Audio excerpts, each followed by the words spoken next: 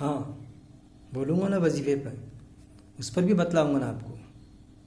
یہ جو وظیفہ کرتے ہیں نا، اللہ اکبر کا وظیفہ، پھر اور کوئی وظیفہ فلاں آیت ہے قرآن کی ہے وہ پڑھو، پیٹ کا پتھر صاف ہو جائے گا.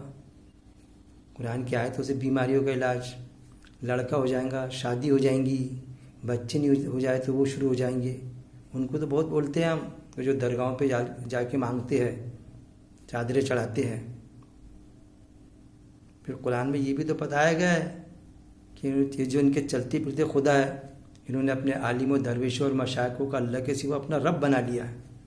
رب یعنی پالن ہار، وہ چیز جو اللہ دیتا وہ کسی دوسرے سے مانگنا جو صرف اللہ کے ہاتھ میں ہے دینا ہے نا. وظیفے میں بیٹھ جاؤ فلانا، تو وظیفے میں بیٹھے تو ہو گئے بچے، تو وہ جو بیٹھی یا بیٹھا اس کو کپڑے پہنائے جا رہے. پھر یہ کہ ہم تو آیتیں پڑھ رہے ہیں نا قرآن کی، پڑے ہوئے پانی دینا. مسجدوں میں رکھے ہوئے دکھیں گے آپ کو پڑے ہوئے پانی، تراویح کی نماز میں بوٹلیں کے بوٹلیں پڑی ہوئی، مسجد کے سامنے کھڑے ہوئے ہیں گلاس لے کے. مسلم ہی نہیں غیر مسلم بھی، بہت زیادہ نہیں بہت کم، جو بھی جہاں بھی وہ نمازی آتے پھونکتے اس میں. اب وہ پڑے پانی وہ پھونکنے سے نمازی کے وہ شفا ہو جاتی اس میں پانی میں. پھر فلانی آیت پڑھو تو دوزخ کی آگ سے بچ جائیں گے. وہ آیت کا جب کرو آپ وظیفہ، کسی کو بچہ ہو جائے گا، کسی کی شادی ہو جائیں گی، اور ساری ریکوائرمنٹ ہماری پوری ہو جائیں گی. اب اس آیت میں پرٹیکولر کیا ہے وہ پڑھنے کی کوئی ضرورت نہیں ہے. آیت کیا میسج دے رہی وہ ضرورت نہیں، بلکہ یہ معاملہ کہ مسجد میں درس قرآن ہوتا، درس قرآن کا اعلان ہو جاتا پہلے سے کہ بھئی آج ہم جاگنے کی رات بھر درس قرآن لیں گے، اور اس میں اسپیس بھی دیا جاتا ہے کہ نوافل نماز کے لیے وہ گیپ میں آپ نوافل نماز پڑھنا. تو چند 5 10 20 اشخاص دکھتے کونے میں درس قرآن لیتے ہوئے، اور باقی سب نفل ہی پڑھے جا رہی. یہ معاملہ، جبکہ ابو داؤد کی حدیث ہے باقاعدہ کہ ایک آیت پر قرآن کی غور و تدبر کرنا 100 نوافل نماز سے زیادہ ثواب ہے. لیکن وہاں نفل ہو اکبر، قرآن کو سمجھنے کے مقابلے میں قرآن کی تلاوت ہو اکبر، کہ بس تلاوت تک کے محدود کر کے رکھ دو، آیت میں کیا ہے ہم کو معلوم نہیں. تو وہ تلاوت ہو اکبر، قرآن کو سمجھ کے پڑھنا تھوڑی ہو اکبر ہے. حافظ صاحب کا تراویح کے پیسے لینا ہو اکبر کیا ہے؟ تو نذرانہ ہے نا، نذرانہ لیتے آتا نا، ٹھیک ہے نذرانہ لیتے آتا. شادی پڑھانے کا نذرانہ 5-5 ہزار روپے ایک شادی کا، وہ نذرانہ لینا ہو اکبر.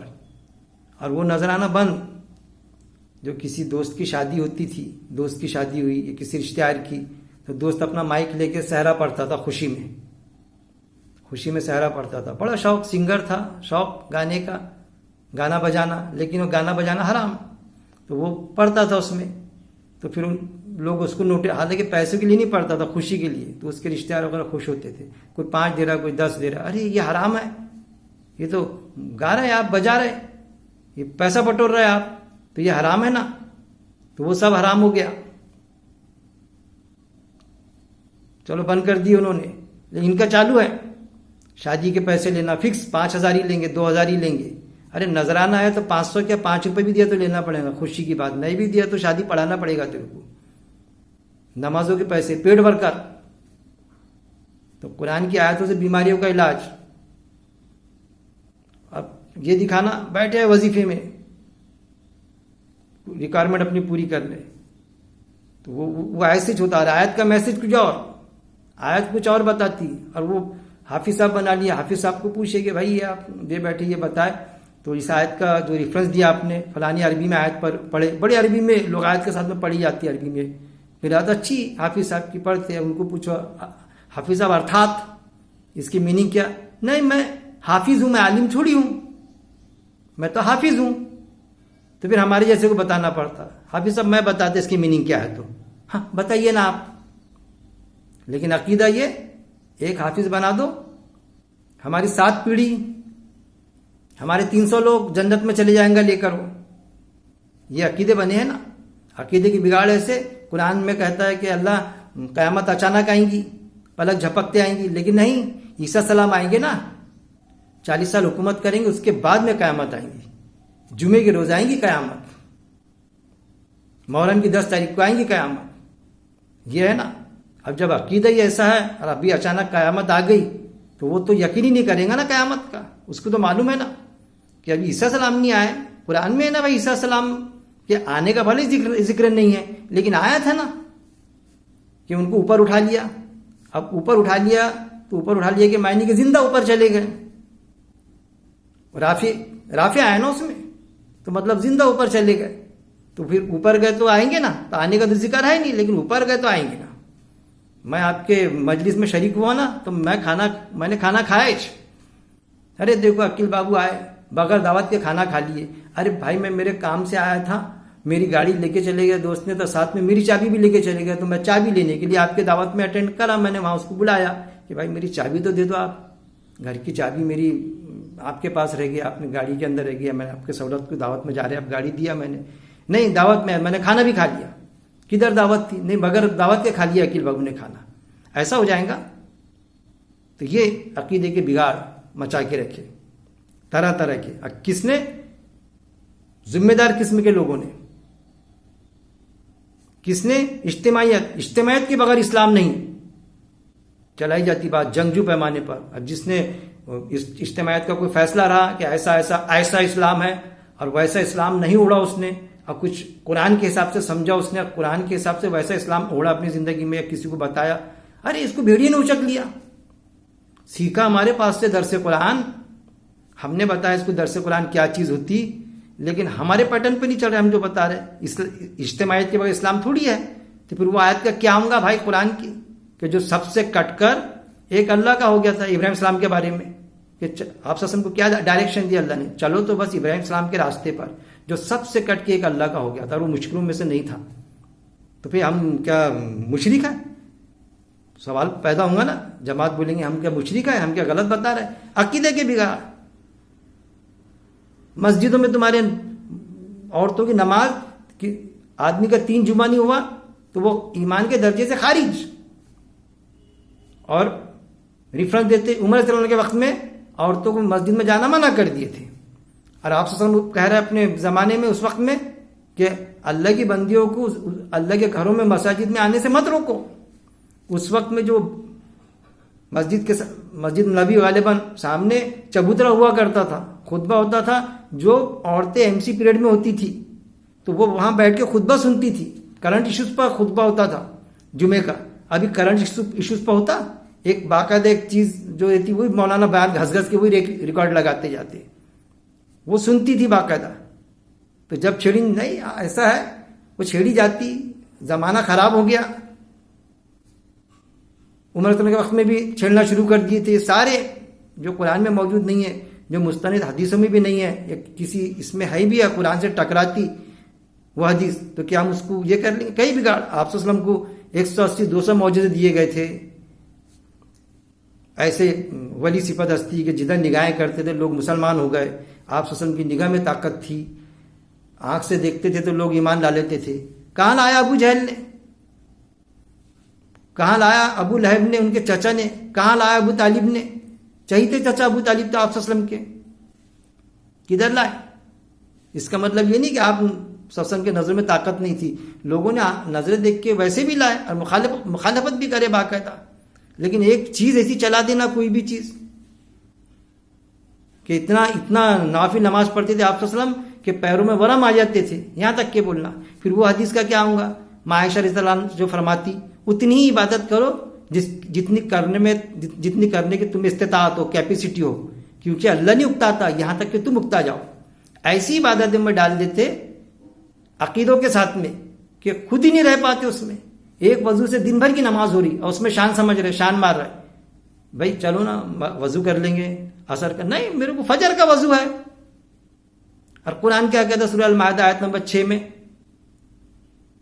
کہ جب بھی تم نماز کے لیے کھڑے رہو تو وضو کر دیا کرو، وہاں تو جب بھی کھڑے رہو وضو کی بات کرتا اللہ، اور یہاں پر نہیں، وہ اتنے بڑے مولانا غلط بول سکتے کیا؟ اتنی بڑی اجتماعیت، اتنے سارے لوگ غلط ہیں، پھر آپ ہی صحیح ہیں، یہ ریفرنس. تو قرآن کیا کہتا ہے اس پر؟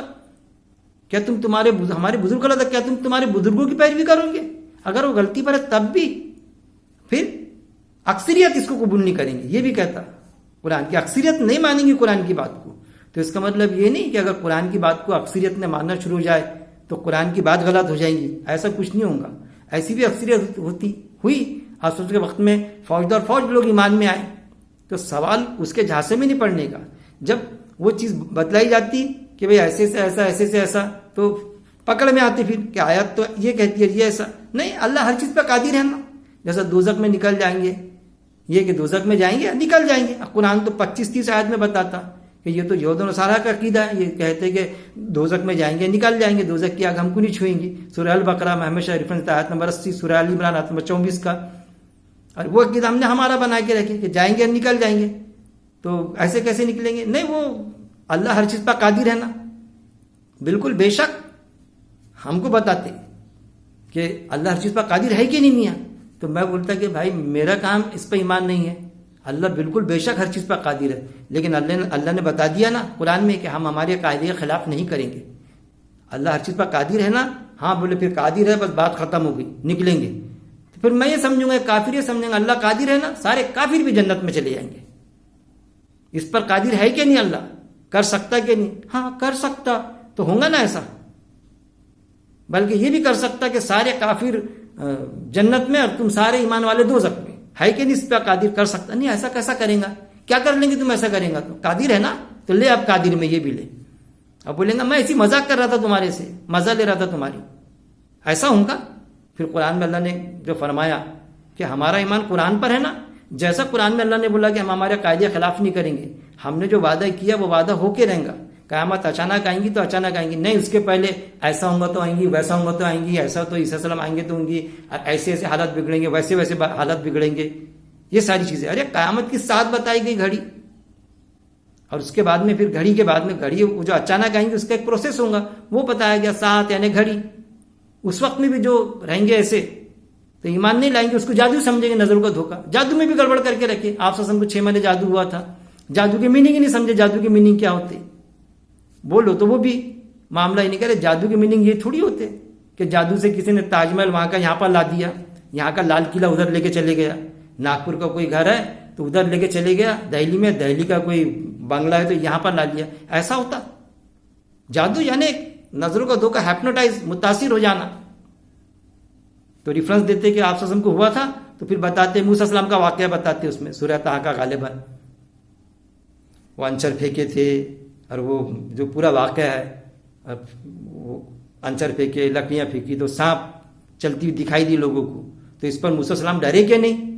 اس میں ہے نا باقاعدہ ورڈ ہے نا، موسیٰ السلام ڈر گئے، موسیٰ ڈر گیا کر کے. تو ڈر گئے تو ان کی اس سے ڈرے تھے کیا؟ ارے وہ اس سے ڈرے تھے تو بولے ہوا تھا نا ان پر جادو، بولے وہ بھی. اور اس سے نہیں ڈرے تھے، ساروں کو وہ رسیاں اور ان کی لکڑیاں سانپ دکھائی دے رہے تھے. موسیٰ السلام پر تھوڑی نبی اور اس پر جادو ہو جائیں گا یار، کیسا ہو سکتا ہے؟ وہ اس سے ڈرے تھے کہ یہ تو لکڑیاں اور وہ ان کی رسیاں ہیں جو لوگوں کو سانپ دکھائی دے رہی، اور لوگ ڈر رہے اس سے. یا پھر جو بھی سمجھیں گے کہ کچھ اور دکھائی دے رہا ہے. تو اگر انہوں نے جادوگروں کو سچ سمجھ لیا تو اللہ تعالیٰ یہ حق تو کیا ہوں گا حق کا، پھر کیسا کروں میں؟ یہ پشیمان میں پڑ گئے، اس چیز سے ڈرے گے یہ کیا ہو جا رہا ہے. تو اللہ نے دیا ڈائریکشن ان کو، ڈالو تمہارا عصا، پھینکو لکڑی تمہاری، عصا پھینکو نا نیچے. پھینکے تو اس نے سب ان کے وہ نگل لیا. تو جادوگر تو جادوگر تھے نا، ایکسپرٹ جادوگر، وہ تو سمجھ گئے کہ یہ تو جادو ہے ہی نہیں. یہ تو اس نے پھینکا تو سب کو دکھنا تھا اس نے رسی بڑا والا ازدھا، ہم کو تو دکھنا تھا لکڑی ہے، وہ تو ایکچولی سانپ بن گیا نا. تو وہ تو بالکل اس میں سجدہ آیا تو سجدہ یعنی پیر پڑ لیا، ایسا نہیں، سجدہ یعنی سرنڈر ہو گئے موسیٰ السلام کو. فرعون پھر بھی ماننے کو تیار نہیں.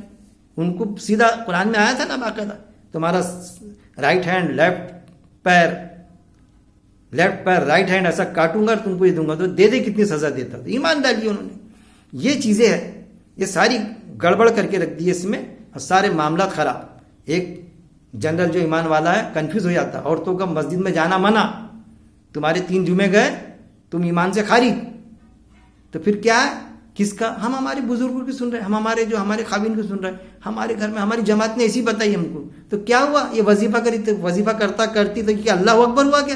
ارے تیرا خاوین اللہ اکبر، وہ اکبر ہوا، تیرے بزرگ ہو اکبر ہوئے, تیری جماعت ہو اکبر ہوئی, جس نے تیرے کو یہ بتایا, جو تیرے کو صرف حافظ بنا کے حافظ تک کے محدود رکھ دیا نا, کہ بس حافظ بن گیا, اب تو بھی جنت میں, اور 300 لوگوں کو جو 6 پیڑھی وہ بھی جنت میں جائیں گا, اب مطمئن ہو کے بیٹھ گیا. اب قرآن کے اندر کیا ہے حافظ صاحب کو معلوم نہیں, تو پھر وہ جو ہو اکبر ہوا نا, تو وہ تیرا پڑھنا طوطے کے جیسا, وہ طوطا ہو اکبر ہو گیا. اللہ تھوڑی اکبر ہوا, طوطا ہو اکبر ہو گیا. پھر